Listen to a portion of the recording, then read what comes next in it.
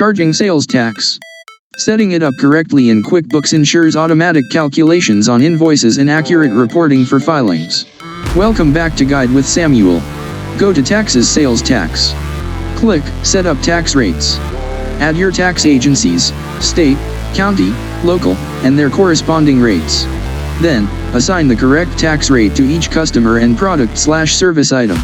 When you create a sale, QuickBooks will automatically calculate the tax based on the customer's location and the taxability of the items. My crucial pro tip: run the sales tax liability report before you pay. Don't just trust the summary. Before remitting payments, run this report for your specific filing period. It gives you a detailed, audit-ready breakdown of what you collected per jurisdiction. Navigate sales tax with confidence and compliance. Do you deal with single or multiple sales tax rates? For more essential compliance guides, please subscribe. Thanks for watching. I'm Samuel, and I'll see you soon.